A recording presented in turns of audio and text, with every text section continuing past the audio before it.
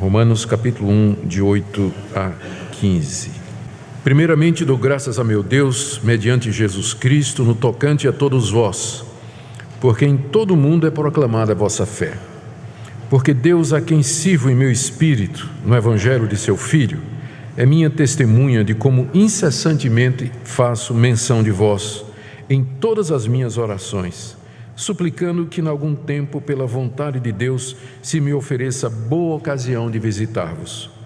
Porque muito desejo ver-vos, a fim de repartir convosco algum dom espiritual, para que sejais confirmados, isto é, para que em vossa companhia, reciprocamente, nos confortemos por intermédio da fé mútua, vossa e minha. Porque não quero, irmãos, que ignoreis que muitas vezes me propus ir ter convosco, no que tenho sido até agora impedido, para conseguir igualmente entre vós algum fruto, como também entre os outros gentios. Pois sou devedor, tanto a gregos como a bárbaros, tanto a sábios como a ignorantes. Por isso, quanto está em mim, estou pronto a anunciar o Evangelho também a vós outros em Roma. Até aqui a leitura da Palavra de Deus. Vamos orar, pedir que o nosso Deus nos oriente na compreensão da sua Palavra. Senhor, nós queremos pedir que Teu bendito Espírito Santo aplique a Tua Palavra aos nossos corações. Nós sabemos que sem a atuação dEle em nós, nós seremos apenas ouvintes da Palavra, mas nós queremos que ela seja implantada profundamente em nosso coração e produza fruto para a vida eterna. Oramos por transformação, renovação, iluminação, compreensão, conforto. Enfim, Senhor, como o Senhor nos conhece, dá-nos de acordo com a necessidade e que Tua Palavra, Senhor, seja instrumento nessa noite para a edificação do Teu povo, trazendo assim glória ao Teu nome. É o que nós te pedimos, orando também por outras igrejas, onde nesse momento também Tua Palavra está sendo pregada, para que ela se propague por esse país tão querido e tão carente. Em nome de Jesus. Amém. Meus irmãos, na mensagem anterior, nós vimos porque o apóstolo Paulo escreveu essa carta. Ele estava no final da sua terceira viagem missionária, depois de muitos anos pregando na bacia do Mediterrâneo, e ele tinha colocado os olhos na Espanha, que era um campo onde Cristo não havia sido ainda anunciado. Então ele planeja chegar até a Espanha, e no caminho para a Espanha está exatamente a igreja de Roma, que ele não havia fundado, mas na qual havia muitos conhecidos. Paulo não era oficialmente conhecido da igreja de Roma, embora tinha amigos lá. E o plano de Paulo era terminar um projeto que ele havia começado àquela altura, que era ir até Jerusalém, levar uma oferta que ele tinha levantado para os cristãos pobres da Judeia, e de lá de Jerusalém ele pegaria o navio para ir para Roma, onde pretendia passar algum tempo com os cristãos de Roma e de lá ser enviado por eles para a Espanha, onde Paulo pretendia pregar o Evangelho naquela região. Só que ele, como eu disse, não era conhecido oficialmente da igreja e, além disso, corriam boatos a respeito do apóstolo Paulo em Roma, especialmente por conta da grande comunidade de judeus que havia na cidade. Os judeus, desde o início, perseguiram o apóstolo Paulo. E a fama de Paulo entre a comunidade judaica era de alguém que havia apostatado do judaísmo, abandonado a sua religião, havia traído a religião dos seus pais, havia negado Moisés, falava contra o templo, falava contra a lei de Deus, obrigava os judeus a não mais circuncidar os seus filhos, dizia que Israel não era mais o povo de Deus. Havia muita fofoca, muita crítica acontecendo entre os judeus a respeito do apóstolo Paulo. E ele sabe que quando chegasse em Roma, ele haveria de enfrentar opositores, devido à quantidade de judeus que havia em Roma e ao fato de que a igreja de Roma era também composta por judeus. Então, ele resolve escrever essa carta, que nós conhecemos como a Carta aos Romanos, a caminho de Jerusalém, mas com os olhos voltados para Roma, onde ele explica o evangelho que ele prega, ele responde já algumas das críticas que ele sabe que ele vai receber, e ele aproveita para tratar de alguns assuntos pastorais que ele sabe que a igreja de Roma precisava, como por exemplo o relacionamento entre judeus e gentios. Ele começou a carta falando a respeito de si mesmo e do evangelho que ele prega, conforme nós vimos na última mensagem. Ele falou que o evangelho que ele prega é o evangelho de Deus, não foi ele que inventou essa mensagem, e que o evangelho é uma promessa antiga que Deus fez através dos profetas de Israel e que ele está cumprindo agora na pessoa de Jesus de Nazaré. E o evangelho é a respeito disso, é sobre Jesus Cristo, Filho de Deus, Deus feito homem entre nós.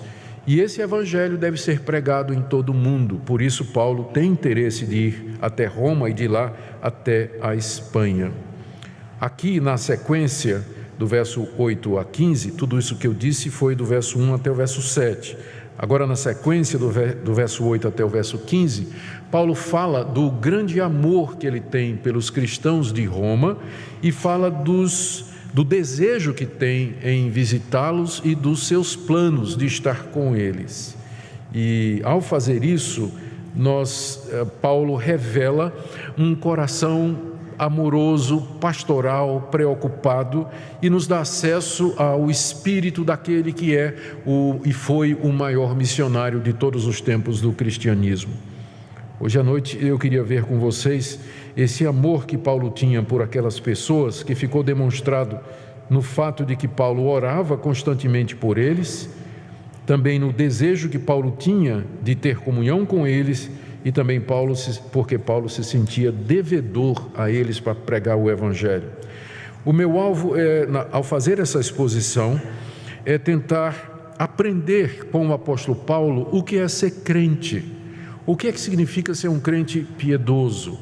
O que é que significa ser alguém de fato comprometido com o evangelho? Aqui nessa passagem, o apóstolo Paulo abre a janela do seu coração, descortina o seu interior, e nós podemos ver como é o coração de um homem temente a Deus, alguém completamente comprometido com o evangelho de Jesus. E fazendo isso, a nossa expectativa é que o Espírito Santo de Deus sonde o nosso próprio coração. E usando Paulo como exemplo, também nos oriente, nos corrija, nos conforte e nos encoraje a viver uma vida que sirva a Deus com tal intensidade como o apóstolo Paulo. Vamos ver então, em primeiro lugar, como Paulo os amava, revelado nas orações que Paulo oferecia por eles. Está aí do verso 8 até o verso 10. No verso 8 ele diz: primeiramente, antes de tudo, em primeiro lugar, como coisa principal, como minha prioridade, eu dou graças a meu Deus mediante Jesus Cristo, no tocante a todos vós, porque em todo o mundo é proclamada a vossa fé. Mesmo que Paulo não tenha fundado a igreja de Roma, e mesmo que outras pessoas eram líderes da igreja de Roma, Paulo agradecia a Deus porque a igreja de Roma era uma igreja que crescia. Era uma igreja que tinha se espalhado, cuja fé havia se espalhado pelo mundo todo. Em parte porque todos os caminhos levavam a Roma, muita gente ia a Roma, que era a capital do império, conhecia o evangelho através da igreja de Roma e saía para outros lugares levando esse evangelho. A obra missionária da igreja de Roma era conhecida já, a fé daqueles irmãos já era propagada em todo o império romano. E Paulo todo dia agradecia dizendo: Senhor, muito obrigado pela igreja do reverendo fulano de tal. Te dou graças porque aquela igreja está crescendo, Deus. Não fui eu que plantei a igreja, eu não sou o líder da igreja, eu não estou recebendo glória nenhuma, mas eu te agradeço, Deus, porque o meu interesse não é que eu seja glorificado, mas que o evangelho cresça. E aquela igreja está crescendo, são outros pastores, são outros líderes, não fui eu que fundei, mas é o evangelho. Conseguem perceber como Paulo se agradece todo dia a Deus por uma igreja que ele não plantou, ovelhas que não eram suas, um trabalho que ele não liderou, por frutos que ele não procurou. A gente mal consegue agradecer a Deus pelo que Ele está fazendo na nossa vida, muito menos se alegrar quando outras igrejas, outros irmãos, outras pessoas estão avançando espiritualmente e levando o Evangelho ao mundo inteiro. Meus irmãos, o coração de Paulo aqui é o coração que nós deveríamos ter. o amor que nós devíamos ter pelo reino de Deus, pela igreja. O reino de Deus é maior do que a igreja presbiteriana, é maior do que a sua denominação.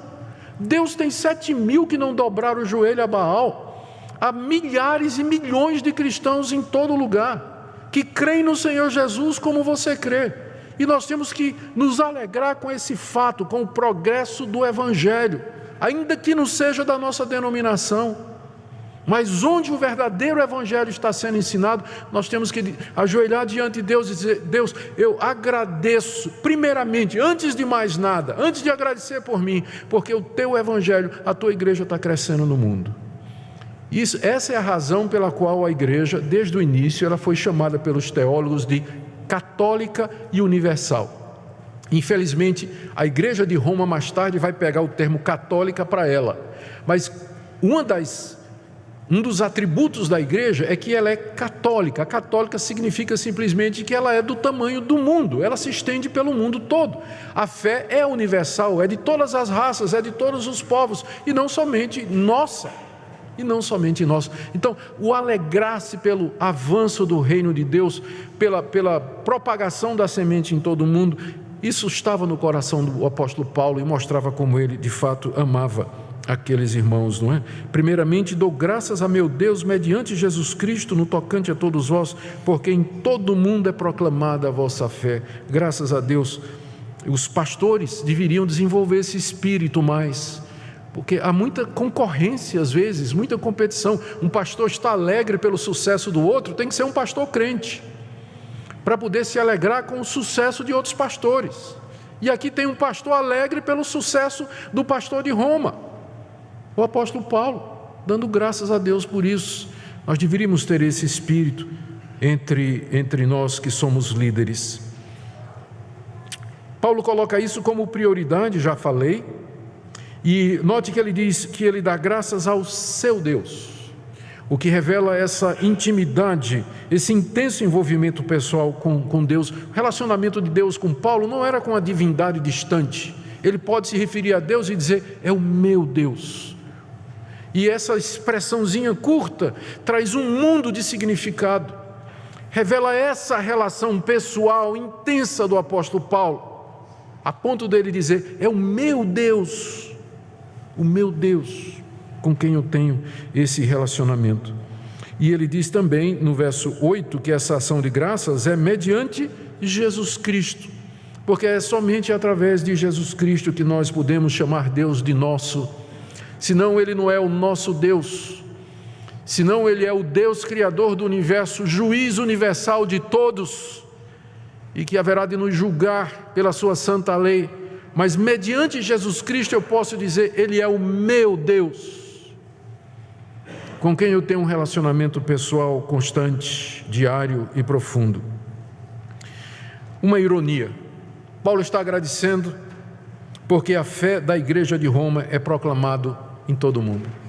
Se Paulo fosse escrever uma carta aos romanos hoje, ele escreveria uma carta contra os romanos, e não aos romanos, né? Mas contra os romanos. Infelizmente, através da história, a igreja de Roma, elogiada aqui, ela se desviou dos caminhos de Deus, especialmente durante a Idade Média. Deu origem a uma religião que se propõe cristã, mas que pouco preserva do cristianismo original, como Paulo defende aqui nessa carta.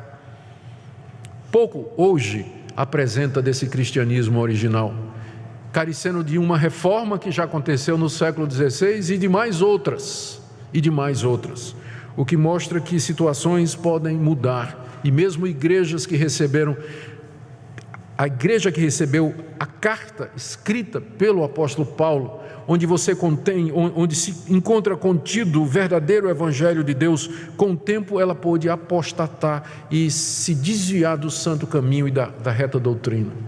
Daí a necessidade de cuidado que nós temos, de sempre estarmos alertas, porque o nosso coração é enganoso. Paulo amava aqueles irmãos, orava por eles, agradecia por eles e intercedia por eles. Verso 9, Deus, a quem eu sirvo em meu espírito, no evangelho de seu Filho, é minha testemunha de como incessantemente faço menção de vós. Aqui já é demais, não é? A gente agradecer a Deus pelas ovelhas de outro pastor já é um passo grande, mas você interceder todo dia por elas, aí tem que ser crente mesmo. Deus, eu te agradeço pelas ovelhas do pastor fulano de tal. Eu quero pedir por cada uma delas, que o Senhor abençoe, que elas prosperem, que elas cresçam, que o Senhor livre do mal, ajude na necessidade, não é? E Paulo nem conhecia esse pessoal, mas diariamente, diz aqui, incessantemente ele fazia menção dos crentes de Roma em suas orações. O problema é que a gente nem ora, não é? Quanto mais orar desse jeito. A gente nem ora, quanto mais orar desse jeito. O que mostra o amor de Paulo por essas pessoas e o que é o verdadeiro cristianismo, o que é um crente comprometido com o Evangelho. Alguém que vive intensamente o Evangelho, se alegra quando ele prospera, ora pelos outros, ora pelo progresso dos outros, agradece a Deus, fica feliz quando outros são exaltados. Aqui nós estamos olhando para o coração de um verdadeiro crente, alguém completamente comprometido com a palavra de Deus. Olha o que ele diz aqui a respeito dessa oração. Primeiro que ele fazia isso constantemente, está aí no verso 9, não é? Incessantemente eu faço menção de vós nas minhas orações, e ele até invoca Deus como testemunha, não é? Porque pode parecer uma coisa que os romanos iam dizer assim: eu não acredito que você faz isso. Eu não acredito que você ora por nós, você nem nos conhece, não é? Eu não acredito que você ora por nós. E Paulo diz assim: Deus a quem sirvo em meu espírito no evangelho de seu Filho é minha testemunha. Porque Paulo sabia que só podia chamar como testemunha Deus, né? Porque só Deus conhecia a vida de oração dele. Então ele chama Deus como testemunha, porque parece incrível que ele desse graças pelos romanos e que orava por eles todo dia. Na verdade, se você for olhar as outras cartas de Paulo, ele orava todo dia pelos colossenses, filipenses, tessalonicenses. Em todas essas cartas ele diz: incessantemente eu lembro de vocês. Era um homem de oração, que amava o povo de Deus, que tinha interesse pelo povo de Deus. Note como ele se refere a Deus aqui, ó. Ele diz: eu chamo Deus como testemunha, o Deus a quem eu sirvo. A palavra servir aqui é de onde vem a palavra que significa serviço religioso. Então Paulo aqui está dizendo: esse Deus que é o meu Deus, a quem eu sirvo, a quem eu sirvo como um sacerdote, é isso que quer dizer. A quem eu ministro todo dia, a quem eu me achego para servir, para oferecer louvores em meu coração e minha vida. Deus a quem sirvo. E ele diz: eu sirvo em espírito. Talvez ele tenha feito isso de propósito, para contrastar com o judaísmo e as suas exigências externas, o legalismo judaico, ou para contrastar com a religião dos romanos e dos gregos, que era muito ritualista. Paulo está dizendo que o serviço que ele presta ao Deus dele é um serviço com o seu espírito, o interior, lá de dentro. Portanto é sincero, não é algo de fachada, não é algo dissimulado para as outras pessoas verem, mas é algo que parte do seu coração. Esse é o verdadeiro cristianismo, que ele vem de dentro. Você serve a Deus no espírito. É claro que isso vai mudar a sua vida, né, a partir do seu coração, mas é lá no coração, na alma, no espírito que está a sede das nossas afeições religiosas, e é lá onde Deus se entroniza através de Jesus Cristo, e onde o Espírito Santo habita. É daqui, interiormente, com o nosso coração, que nós servimos a Deus. Os atos religiosos externos, participar de um culto como hoje à noite, levantar para cantar, depois trazer dízimos e ofertas, ou participar da confissão pública, essas coisas são boas e necessárias, mas isso não faz de você um cristão. Se isso não for no seu espírito, lá de dentro, Deus a quem sirvo no meu espírito. E ele acrescenta, no evangelho de seu Filho, mais uma vez dizendo que isso só é possível mediante as boas notícias do Filho de Deus, Jesus Cristo, porque sem ele nós não teríamos como acessar a presença de Deus e diante de Deus servi-lo.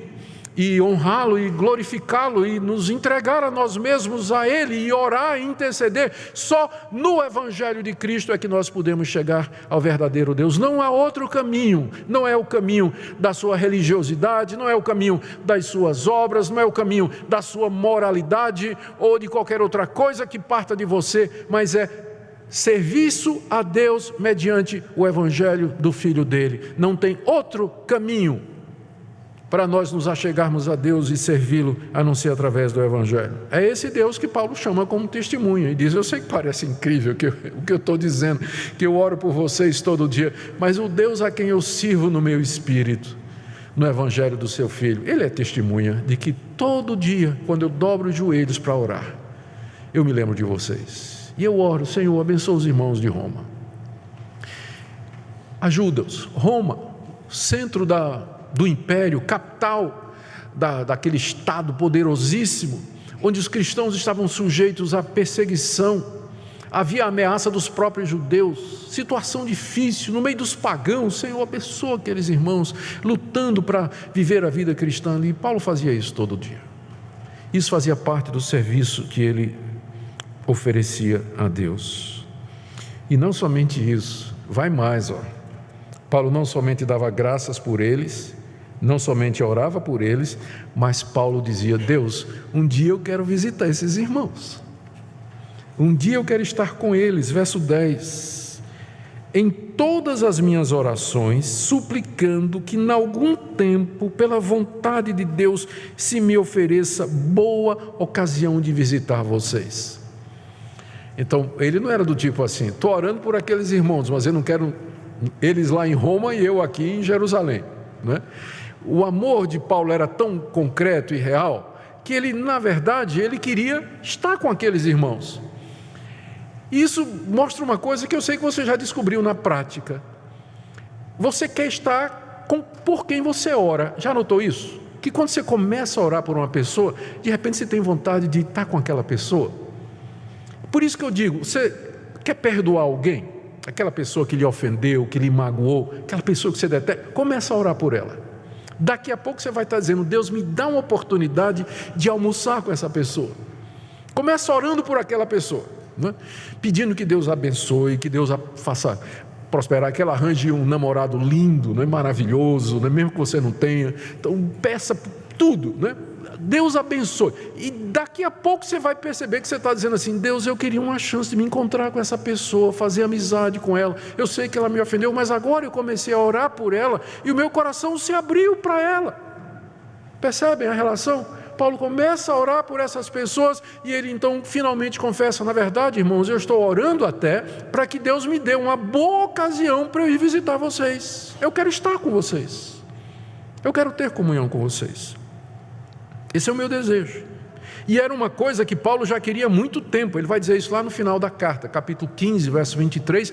Ele diz: de longa data eu já venho orando e pedindo que Deus me dê uma ocasião para ver vocês. Note que ele disse ver vocês, não é? Ele não está dizendo eu quero ir morar com vocês, porque na verdade o plano dele era passar um tempo com aqueles irmãos, conhecê-los, ter comunhão com eles e de lá ele ir para a Espanha para pregar o Evangelho. Então ele queria uma oportunidade para conhecer os irmãos, estar lá com eles. Mas ao fazer isso, note no verso 10, ele diz assim que ele está suplicando que em algum tempo, pela vontade de Deus, se ofereça uma boa ocasião para visitá-los. Paulo sabia que Deus dominava todas as circunstâncias, que Deus controla os fatos e a história. Por isso que mesmo que ele tenha desejo de ir a Roma, ele sabe que isso vai depender da vontade de Deus. Por isso que ao orar, ele diz: Deus, se for da tua vontade, ou quando for da tua vontade, abre uma ocasião para que eu possa visitar aqueles irmãos. E nós estamos falando aqui de um homem de fé, de um homem que se via Deus no Espírito, de um homem que tinha acesso à presença de Deus, um homem comprometido com Deus e que conhecia a Deus intimamente. Ainda assim, ele não se sente tão confiante a ponto de dizer assim: eu decreto que amanhã eu vou para Roma, eu declaro isso. Não, esse homem humilde, porque quanto mais você conhece a Deus, menos arrogante você é, a verdade é essa, menos atrevido você vai ser. Esse pessoal atrevido aí é porque não conhece Deus. Porque se conhecesse Deus, não ficava dando ordem para ele, ou dizendo a ele o que é que ele tem que fazer. Porque quanto mais você conhece a Deus, mais você vai fazer como aqui. Deus, se for a tua vontade, eu gostaria de ir a Roma. E não é outro senão Paulo que está dizendo isso. Senhor, se for a tua vontade. Ele se sujeita à vontade de Deus. E agora parece que uma ocasião estava surgindo, porque ele está de partida, no final da terceira viagem, ele está de partida para Jerusalém, e de lá de Jerusalém, ele mais ou menos já considera que cumpriu, ele deve ter passado aí nas estimativas cerca de 15 anos evangelizando a região do Mediterrâneo, não tem mais espaço, ele olha para a Espanha, e eu quero ir para lá, então ele parece que vai dar certo, parece que Deus agora vai abrir uma porta, não é? Mal sabia Paulo que estes planos não se concretizariam. Não faz mal a gente planejar. E Paulo fazia planos, só que não saiu exatamente como ele queria. Ele chegou em Jerusalém, é verdade, mas quando ele chegou lá, ele foi preso.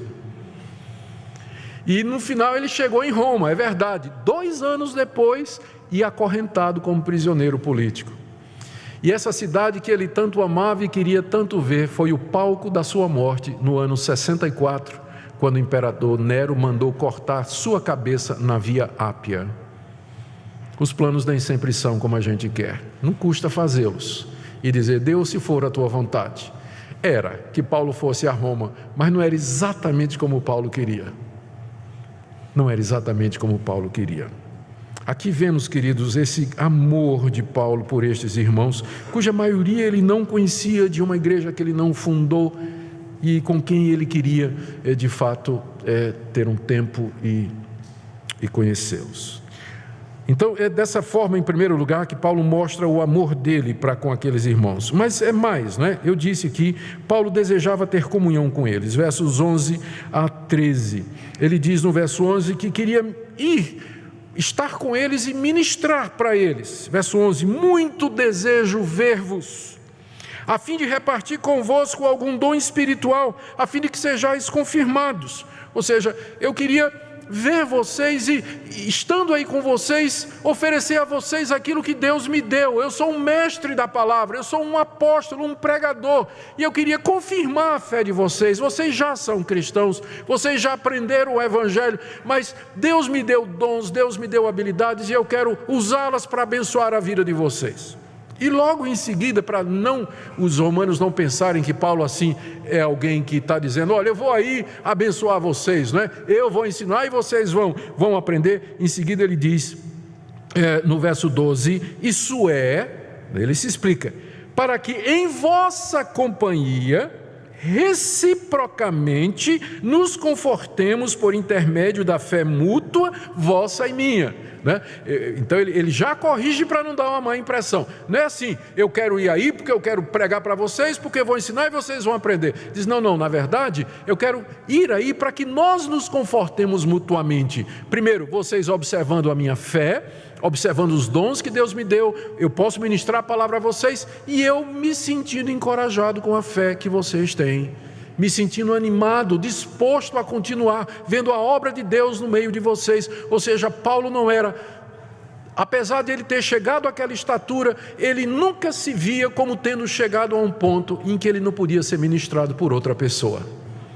Nós nunca chegaremos a um ponto em que nós não precisamos ser ministrados por outras pessoas, abençoados por outras pessoas. E não existe alguém tão pobre de dons espiritualmente que não tem alguma coisa para dar a outro.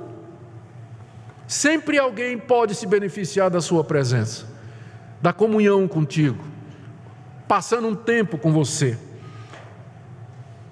Nessa comunhão, Paulo queria fortalecer aqueles irmãos e ele mesmo ser fortalecido para pregar o evangelho em todo mundo. Ele ansiava pela comunhão dos irmãos. Eu não entendo como ainda tem desigrejado. Você sabe o que é o desigrejado, Alguém que quer ser crente, mas não quer igreja. Paulo queria igreja. Se tinha alguém que podia ser desigrejado, era Paulo, porque o relacionamento com Deus era tão profundo. Mas ele queria ir para Roma, para ter comunhão com aqueles irmãos que ele nem conhecia. Queria participar da vida comunal com eles, ministrar e ser ministrado. confortar e ser confortado. Quando a gente insiste com vocês a necessidade da igreja, nós não estamos fazendo isso para ver a igreja lotada, banco cheio, oferta subindo, números. Não é esse o nosso interesse. É porque a gente sabe que você não pode ser crente se você não tiver a comunhão dos santos. Você precisa da comunhão dos santos, dos irmãos. Você precisa de um ambiente onde você pode ser edificado, ministrado, confirmado e onde você pode exercer seus dons espirituais. Está muito claro isso aqui. Esse anseio de Paulo de querer estar com os irmãos para essa edificação mútua. É um movimento triste esse que está acontecendo no mundo todo, chamados de desigrejados, que querem a Cristo, mas não querem a noiva de Cristo, que é a sua igreja. E não somente Paulo queria ser confortado por eles, ele diz no verso 13, que muitas vezes, irmãos, eu me propus ir até com vocês, no que tenho sido até agora impedido, para conseguir igualmente entre vós algum fruto, como também entre os outros gentios. O interesse de Paulo, além da comunhão com eles, era obter algum fruto do seu trabalho entre os romanos, e não só entre os romanos, ele diz, mas entre os outros gentios, a saber, os espanhóis a quem Paulo pretendia pregar o evangelho. Ele queria isso, a vida dele era voltada para isso, ver o fruto do evangelho florescer entre os povos, aonde ele pudesse chegar com o evangelho. Era esse o seu plano.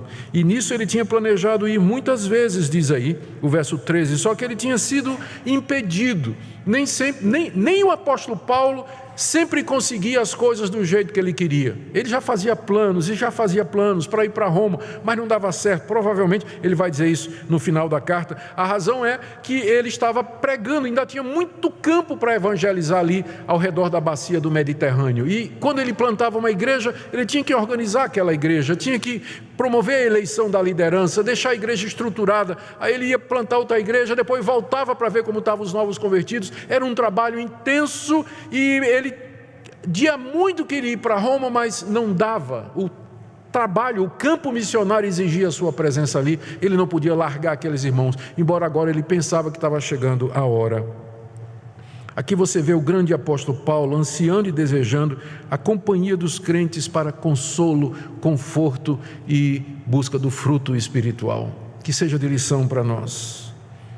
O último ponto está do verso 14 a 15. Estamos falando de que maneira Paulo revela o seu amor por aqueles irmãos, orando por eles, querendo ter comunhão com eles, e em terceiro lugar, Paulo se sentia devedor a eles. Versos 14 e 15, eu sou devedor tanto a gregos como a bárbaros, tanto a sábios como a ignorantes, por isso quanto está em mim, estou pronto a anunciar o evangelho também a vós outros em Roma. Paulo se sentia devedor por alguns motivos. Primeiro, porque ele foi salvo pela graça de Deus. Ele era um fariseu arrogante, um religioso prepotente, cego pelo legalismo da sua religião, cheio de ódio contra Cristo e contra os seus seguidores. E um dia a graça de Deus o alcançou sem mérito, sem favor, sem merecimento da parte de Paulo. Mera misericórdia de Deus. Deus aparece em Cristo Jesus no caminho de Damasco e o fariseu é transformado. Então Paulo foi salvo pela graça, e quando nós somos salvos, quando nós entendemos o amor de Deus por nós, a gente se sente devedor dos outros, não é verdade? Se Deus me deu essa graça de me perdoar os meus pecados e me aceitar, então eu me sinto em dívida para com as outras pessoas, para que elas também que elas experimentem também essa graça e essa misericórdia, né? Alguém já disse que evangelizar é um mendigo dizer a outro onde é que ele encontrou pão. Agora imagine um mendigo, um morador de rua, passando fome, e ele descobre um lugar onde tem pão de graça. É isso? Ele vai sair gritando, né, para os outros amigos: gente, eu achei pão de graça. Olha, aquele lugar ali tem um pão de primeira, de graça.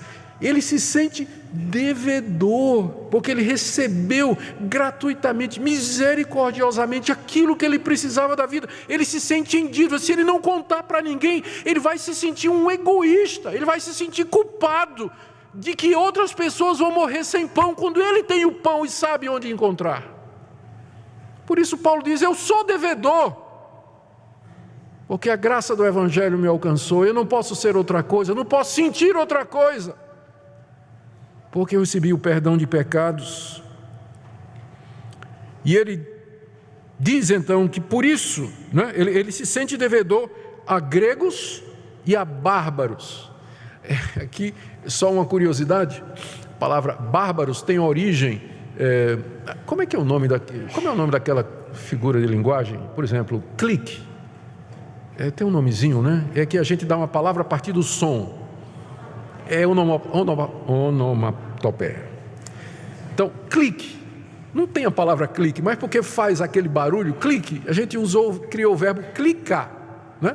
Clicar.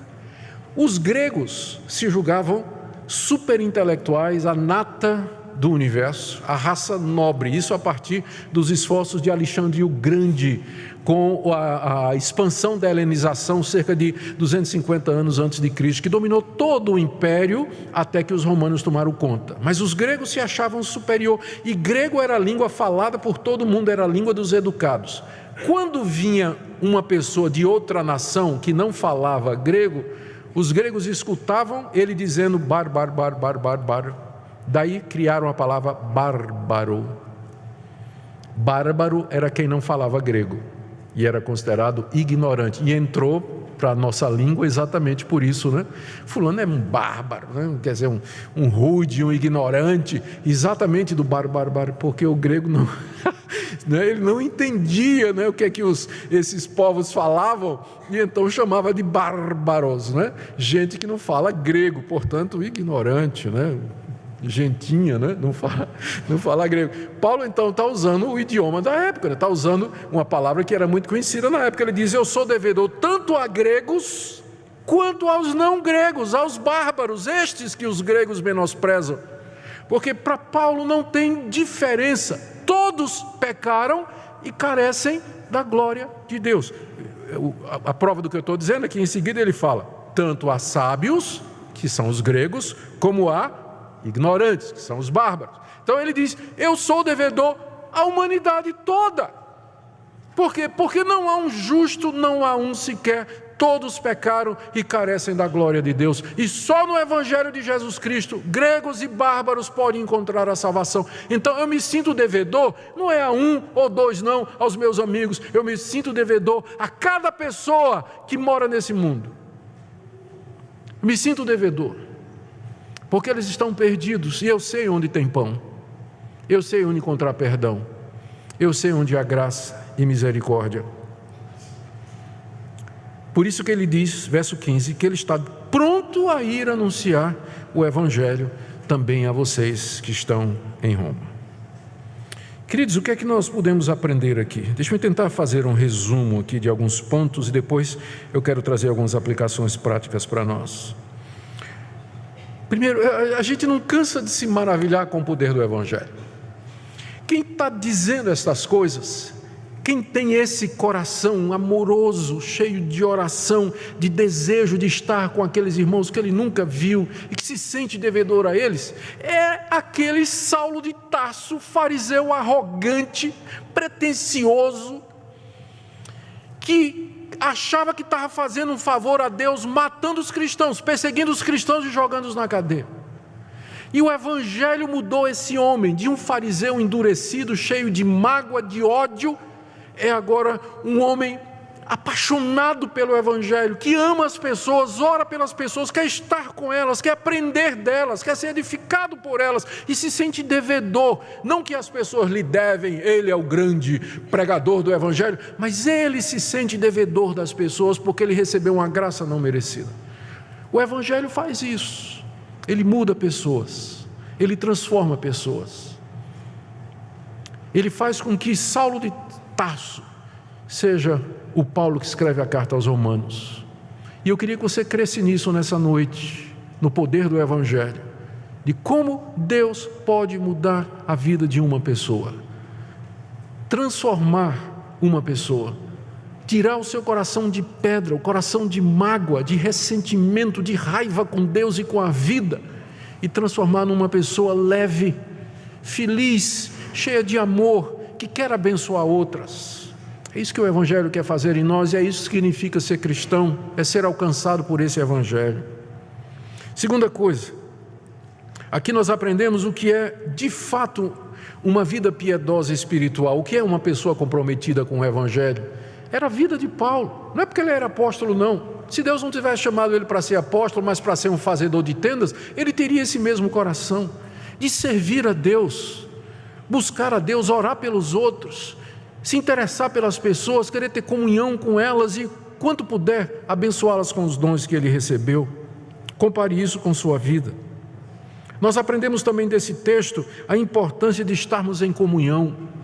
Quando a gente insiste com a igreja, venha para os cultos, é importante. Durante a semana, participe de um grupo de estudo bíblico, um grupo de discipulado, procure irmãos para você ter comunhão. Nós não estamos fazendo isso por outra razão, a não ser porque é bíblico. É bíblico a comunhão dos santos. Nós estarmos juntos, nos ministrarmos uns aos outros, aprendermos uns com os outros, crescermos juntos. A igreja é um corpo, você faz parte de um organismo vivo. As metáforas que a Bíblia usa para a igreja, todas elas nos dizem isso. Nós somos galhos de uma árvore, pedras de um edifício.